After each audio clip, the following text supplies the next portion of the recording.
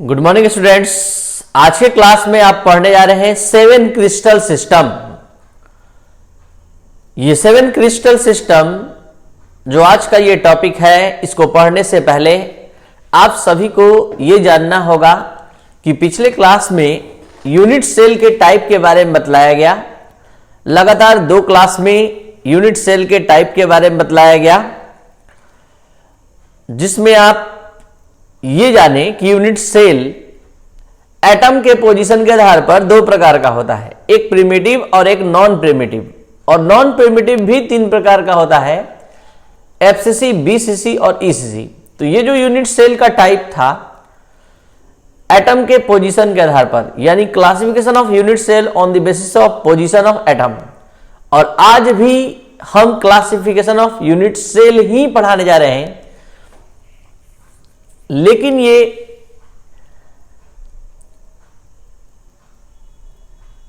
As length और interfacial angle, edge length and interfacial angles, यानी कुछ पैरामीटर्स के आधार पर हम यहां क्रिस्टल सिस्टम का क्लासिफिकेशन करने जा रहे हैं। तो ये 7 क्रिस्टल सिस्टम इस यूनिवर्स में प्रेजेंट हैं, जिसके बारे में आप पूरा डिटेल नॉलेज आज लेने जा रहे हैं। आपको बता दें कि इस क्रिस्टल सिस्टम, क्रिस्टल का जो ज्योमेट्री होता है उसके आधार पर इसको 7 भागों में डिवाइड किया गया है। तो 7 क्रिस्टल सिस्टम के नाम से ये जाना जाता है। तो स्टार्ट करते हैं। सबसे पहले तो एक चीज और जानिए, एज लेंथ और इंटरफेशियल एंगल के आधार पर जो क्लासिफिकेशन किया गया है वो कैसे है। आपको पता है कि इसको, इस यूनिट सेल के इस साइड को हम लोग क्या कहते हैं, एज लेंथ। तो इस एज लेंथ को हमने ए माना, यानी ए पैरामीटर्स से दर्शाया गया है, इसको बी और इसको सी, यानी सबके एज लेंथ को डिफरेंट ए, बी और सी पैरामीटर्स से रिप्रेजेंट किया गया है। और स्टडी ऑफ क्रिस्टल सिस्टम के अंतर्गत आपको हम इंटरफेशियल एंगल बताए थे कि हर कॉर्नर पर 3 तरह का एंगल बनता है, जो यहां रिप्रेजेंट किया गया है। इंटरफेशियल एंगल अल्फा, बीटा और गामा। तो इंटरफेशियल एंगल और एज लेंथ के आधार पर यहां यूनिट सेल का क्लासिफिकेशन आप पढ़ने जा रहे हैं। तो यहां जो क्लासिफिकेशन है वो केवल एज लेंथ और इंटरफेशियल एंगल के आधार पर ही है। तो इस तरह से, इस बेसिस पर 7 प्रकार के क्रिस्टल सिस्टम मिलते हैं, इसलिए इनका नाम पड़ा है 7 क्रिस्टल सिस्टम। एक बार फिर से बता दें कि ये जो पैरामीटर्स ए आया है वो एक्स एक्सिस पर, ये वाई एक्सिस पर भी आया है और जेड एक्सिस पर आया है सी। तो अब हम बात करते हैं इन सभी क्रिस्टल सिस्टम के बारे में। तो सबसे पहला आता है नाम क्यूबिक का। क्यूबिक के लिए क्या है कि इन सभी यूनिट सेल के लिए कुछ कंडीशन अप्लाइड किए गए हैं। जैसे जिस यूनिट सेल में सारे एज लेंथ इक्वल होंगे और सभी इंटरफेशियल एंगल जो होगा वो 90 डिग्री का होगा, तो वो क्यूबिक यूनिट सेल होगा। जैसे यहां पर भी 90, इधर भी 90, ये भी 90, और सभी एज लेंथ ए, बी और सी, तीनों एज लेंथ क्या होगा, सेम होगा।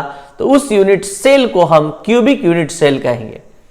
तो क्यूबिक यूनिट सेल वह यूनिट सेल है जिसमें सभी एज लेंथ आपस में बराबर होते हैं और सभी इंटरफेशियल एंगल 90 डिग्री होता है। अब हम बात करते हैं आपके सामने टेट्रागोनल का। टेट्रागोनल, एक चीज और देखेंगे कि लगातार हम जैसे से आगे बढ़ेंगे, 7 क्रिस्टल सिस्टम में आगे की ओर बढ़ेंगे डिस्कस करने, तो आप देखेंगे ये सभी पैरामीटर्स धीरे धीरे डिफर करने लगेंगे, एक दूसरे से डिफरेंट आएंगे। और आप बारीकी से ध्यान दें तो आपको याद भी हो सकता है। जैसे यहां देखिए, edge length, 2 edge length same है और एक डिफरेंट है, यानी 2 एज लेंथ ए और बी, ये मानते हैं ए है और ये मानते हैं बी है, और सी देख रहे हैं कितना बड़ा है। तो टेट्रागोनल में क्या होगा, एज लेंथ एक डिफर करेगा और सारे इंटरफेसियल एंगल अभी भी 90 डिग्री दिखाई दे रहे हैं। तो इंटरफेसियल एंगल में कोई चेंजिंग नहीं है क्यूबिक से टेट्रागोनल में चेंज होने में। यहां आप देख सकते हैं कि केवल एक एज लेंथ डिफर है। तो याद रखेंगे क्यूबिक और टेट्रागोनल में क्या डिफरेंस है, इसमें सारे एज लेंथ इक्वल होते हैं और इंटरफेसियल एंगल 90 डिग्री, इसमें एक एज लेंथ डिफरेंट होता है, डिफरेंट लेंथ का होता है। अब बात करते हैं हम आपके सामने ऑर्थोरोम्बिक का। ऑर्थोरोम्बिक में क्या है कि सारे एज लेंथ डिफरेंट होंगे, A not equal to B not equal to C, लेकिन अभी भी इंटरफेसियल एंगल 90 डिग्री होगा। तो ये ऑर्थोरोम्बिक का कॉन्सेप्ट है, ऑर्थोरोम्बिक। इसके बाद हम बात करते हैं मोनोक्लिनिक का आपके सामने। मोनोक्लिनिक तो इस तीनों में याद रखेंगे, इसमें तीनों एज लेंथ बराबर, इसमें एक डिफरेंट, इसमें तीनों डिफरेंट। और तीनों में कॉमन क्या है, तो तीनों में कॉमन है कि तीनों का इंटरफेसियल एंगल 90 डिग्री है। और अब इस तीनों से डिफरेंट मोनोक्लिनिक में देखने के लिए मिलेगा कि सभी एज लेंथ भी डिफरेंट और एक इंटरफेसियल एंगल 90 डिग्री नहीं होगा। तो एक इंटरफेसियल एंगल 90 डिग्री नहीं होगा और दो इंटरफेसियल एंगल 90 डिग्री होंगे तो वो मोनोक्लिनिक होगा। वो क्या होगा, मोनोक्लिनिक। एक बार फिर से बता दें कि इस यूनिवर्स में 7 क्रिस्टल सिस्टम जो बनाया गया है वो इस आधार पर कि उनके एज लेंथ और इंटरफेसियल एंगल डिफरेंट डिफरेंट होते हैं। अब हम बात करते हैं इसके बाद मोनोक्लिनिक के बाद ट्राइक्लिनिक।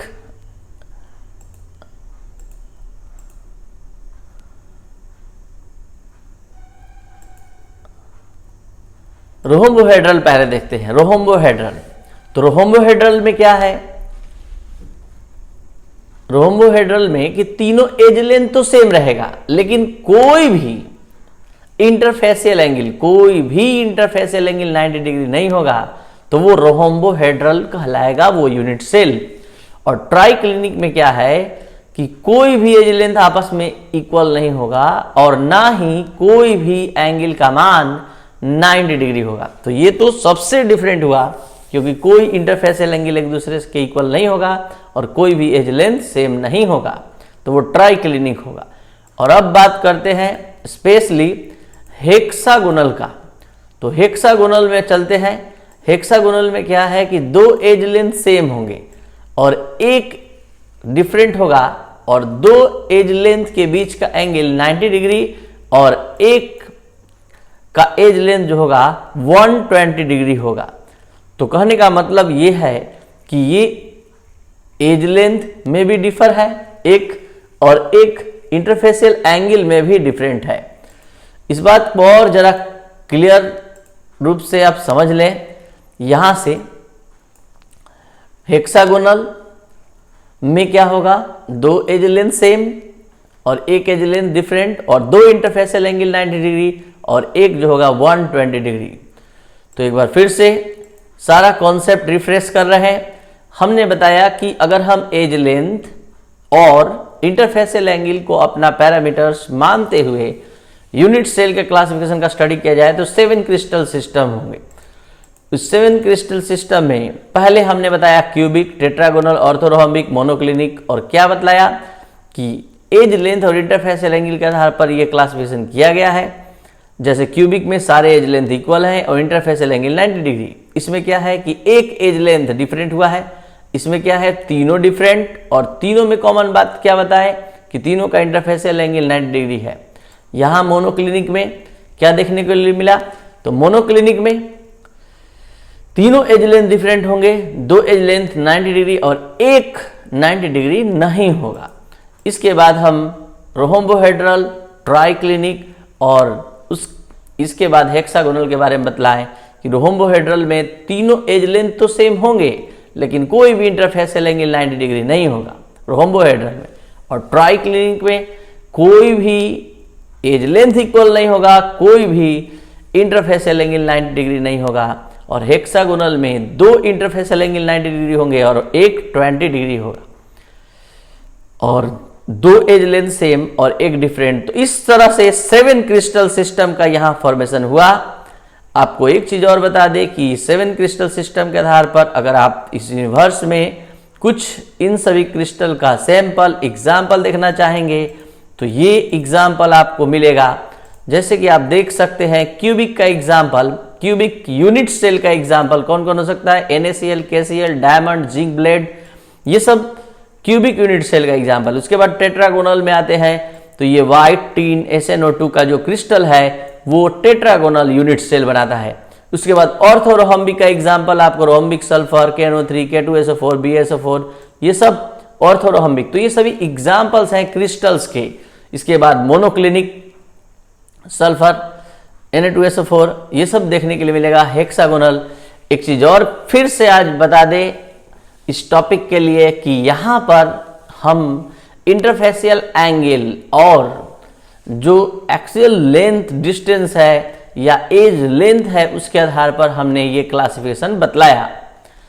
तो उम्मीद है कि आपको आज का ये क्लास अच्छी तरह समझ में आया होगा। एक हम आप लोग को इस सभी का नाम याद करने के लिए ट्रिक बताने जा रहे हैं। इसका नाम याद करने के लिए हमने ट्रिक बनाया है क्यूट। क्यूट बोलेंगे तो क्यूबिक और टेट्रागोनल आ जाएगा, और मतलब या, और क्यूट और मस्त हंसते रहो। इस तरह से क्यूट और मस्त हंसते रहो रहा था, हंसते रहा था। तो इस तरह से आपको याद हो जाएगा इस 7 क्रिस्टल सिस्टम का नाम cubic, tetragonal, orthorhombic, monoclinic, hexagonal, rhombohedral, triclinic. तो इस तरह से आप ये 7 क्रिस्टल सिस्टम का नाम, 7 क्रिस्टल्स जो भी बने हैं इसका नेम हमेशा के लिए याद रख सकते हैं। Thank you. नेक्स्ट क्लास में हम लोग पढ़ेंगे अब 14 ब्रेविस लैटिसेस।